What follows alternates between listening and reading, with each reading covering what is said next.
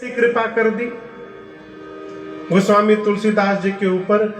गोस्वामी जी कह रहे हैं कि जब गुरु जी ने मुझे पहली बार राम कथा सुनाई तो मेरे समझ में कुछ नहीं आई। मैं पुनि निज गुर सन सुनी कथा सुसु कर थे, समझी नहीं दस बालपन तब अति रहे अच्छे। गोस्वामी जी कहते हैं मेरे गुरु जी ने मुझे जब पहली बार कथा सुनाई तो मैं बहुत छोटा था, बालपने में था, अचेतन मन था मेरी चेतना जागृत नहीं हुई थी और उस अचेतन मन को मेरे गुरुजी ने सुनाया, लेकिन मेरे समझ में कुछ आया नहीं। आज आप बताओ, आज कौन कहेगा कि हमको समझ में नहीं आ रहा है? कोई कहेगा? सब मान के बैठे हम सब समझ गए। गोस्वामी जी कहते मेरे समझ में कुछ आया नहीं, लेकिन गुरुजी माने नहीं। तदपि कही गुर बार बार कही, ये गुरु कृपा है। समुझी परी कछो मति अनुसार, समुझी परी कछो मति अनुसार,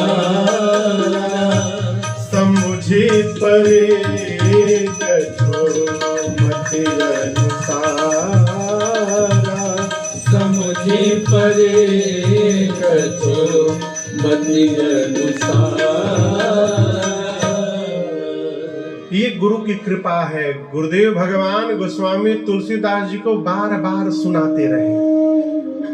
देखिए, श्रेष्ठ यदि कोई कड़वी बात भी कहता है बार बार तो उसको ये मानना चाहिए कि इससे हमारा कल्याण ही होगा।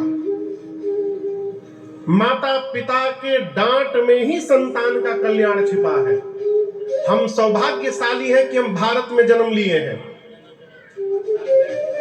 आपको सुनकर आश्चर्य होगा, भारत के बाहर विदेश में माता पिता अपने बच्चों को ऊंची आवाज में बोल नहीं सकते। मारना तो बहुत दूर की बात, सरकार डांट भी नहीं सकते। जैसे बोले कि नहीं कि लड़का 911 में लाएगा। 911 समझ में आ रहा है? पुलिस मैं यहां थोड़ी बुलाया जाता है, हम वहां का बता रहे हैं। 911 बुलाएगा, पुलिस आएगा। यदि पता चल गया कि आपने लड़का को डांटा है चाहे मारा है, माई बाप जेल में, लड़का पुलिस लेके जाएगी और फिर लड़का मिल भैया आपको। मैं गलत बोल रहा हूं? हिम्मत नहीं किसी बच्चों को कोई डांट दे। और याद रखिए, कुम्हार मटका बनाता जरूर है, लेकिन जब तक मटका कच्चा रहता है उसके भीतर हाथ लगाकर और बाहर से उसको पीटता नहीं है, तब तक उस मटके को स्वरूप प्राप्त होने वाला नहीं है। इसलिए घर में माता पिता की डांट मिल रही है, इसको जीवन का सौभाग्य समझिएगा। कमी का पता उस दिन चलता है माई बाप जिस दिन घर में कोई डांटने वाला ना हो। इसलिए कोई डांट रहा है उसको सौभाग्य समझिए। सद्गुरु का क्रोध भी शिष्य का कल्याण करता है। हमारे मानस में प्रसंग है, गौतम ऋषि ने अपनी अर्धांगिनी मेरी मां अहल्या को श्राप दे दिया। क्या दे दिया? श्राप दे दिया। समाज की दृष्टि में श्राप था, लेकिन अहिल्या जी के लिए वही उद्धार का मार्ग था। राम जी जब पहुंचे हैं और भगवान के चरण रज का स्पर्श हुआ मां अहिल्या के ऊपर और मां पत्थर से चैतन्य हुई, तो राम जी ने पूछा कि आपके पति ने आपको शाप दे दिया? अहिल्या मैया ने पूछा कि ये बात आपसे प्रभु किसने कह दी? राम जी बोले कि गुरु जी बता रहे थे अभी विश्वामित्र जी। गौतम नारी श्राप बस उपल देह धरी,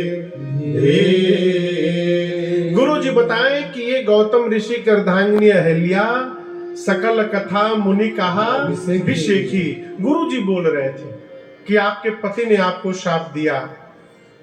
अहिल्या मैया ने कहा राम जी से, प्रभु अब के पहले मुझे भी लग रहा था कि मेरे पति ने मुझे शाप दे दिया है, लेकिन अब जाके पता चला है उन्होंने शाप नहीं दिया था, उन्होंने मेरा उद्धार किया था। नाथ, यदि शाप न मिलता तो आज अहिल्या को राम का दर्शन कैसे प्राप्त हुआ रहता।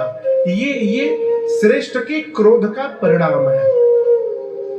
मारीच कहते हैं, निर्वाण दायक क्रोध जाकर भगति अवश्य ही बस करे। इसलिए घर में यदि कोई डांट रहा है हमसे बड़ा, तो इसको सौभाग्य मानिए। गोस्वामी तुलसीदास जी को समझ में नहीं आई, लेकिन उसके बाद भी गुरु जी बार बार समझाते रहे।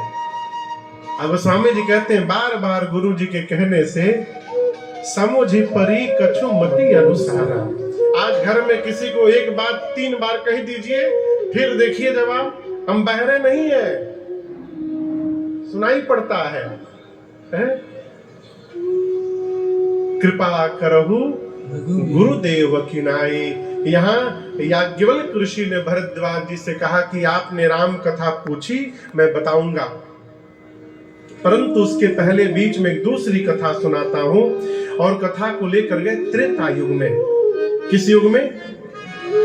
चौपाई का दर्शन करिए। बाबा कहते हैं, एक बार त्रेता युग माहे, एक बार त्रेता युग माहे, शंभु गए कुंभज ऋषि पाहे, शंभु गए कुंभज ऋषि पाहे,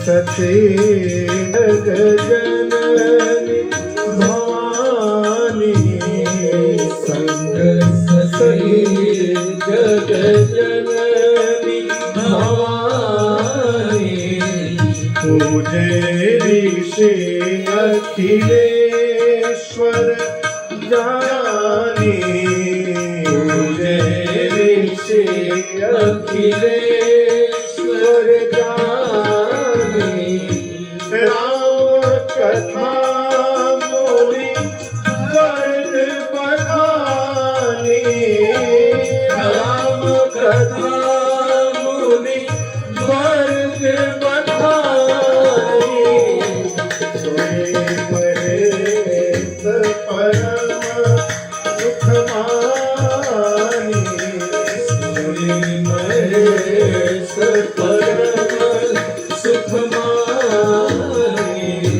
सुनी महेश परम सुख मानी, सुनी महेश परम सुख मानी।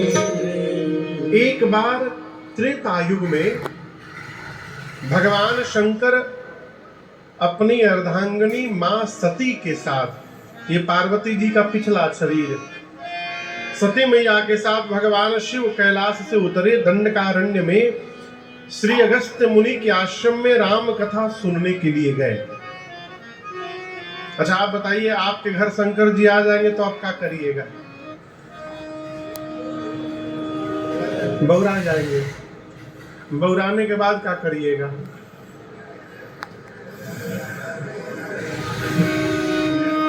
भैया बोले बौरा जाएंगे।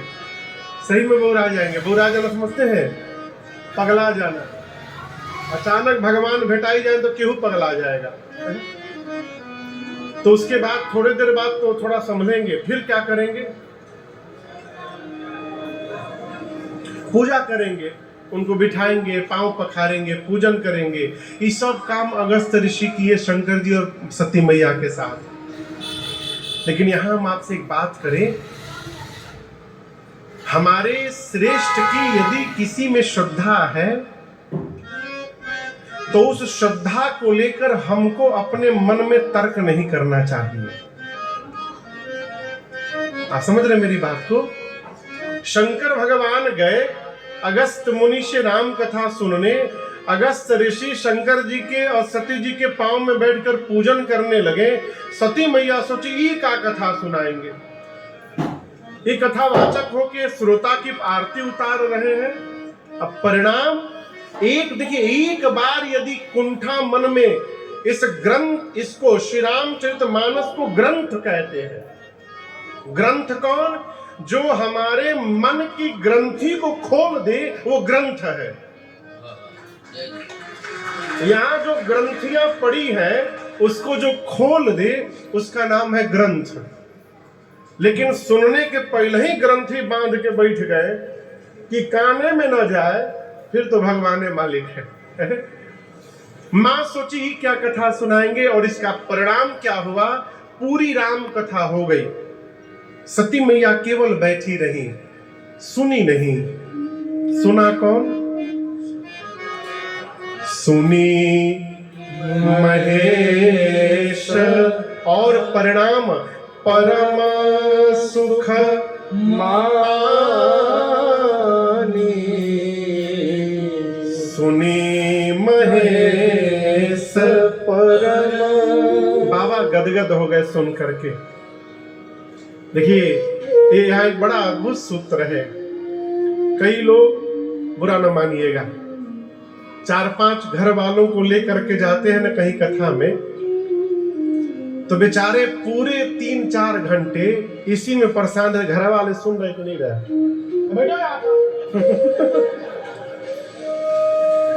कभी वो लड़का को बिठाएंगे, कभी उसको बिठाएंगे। इसी चक्कर में घर वाले तो सुन भी लेते, एकदम वो नहीं सुन पाते। ये शंकर भगवान से सीखने योग्य विषय है। बाबा मैया के साथ गए, बाबा कथा में बैठे। अब मैया सुने चाहे न सुने, भगवान शंकर को तो सुनना है। वो अपने आनंद में पूरी कथा श्रवण कर गए।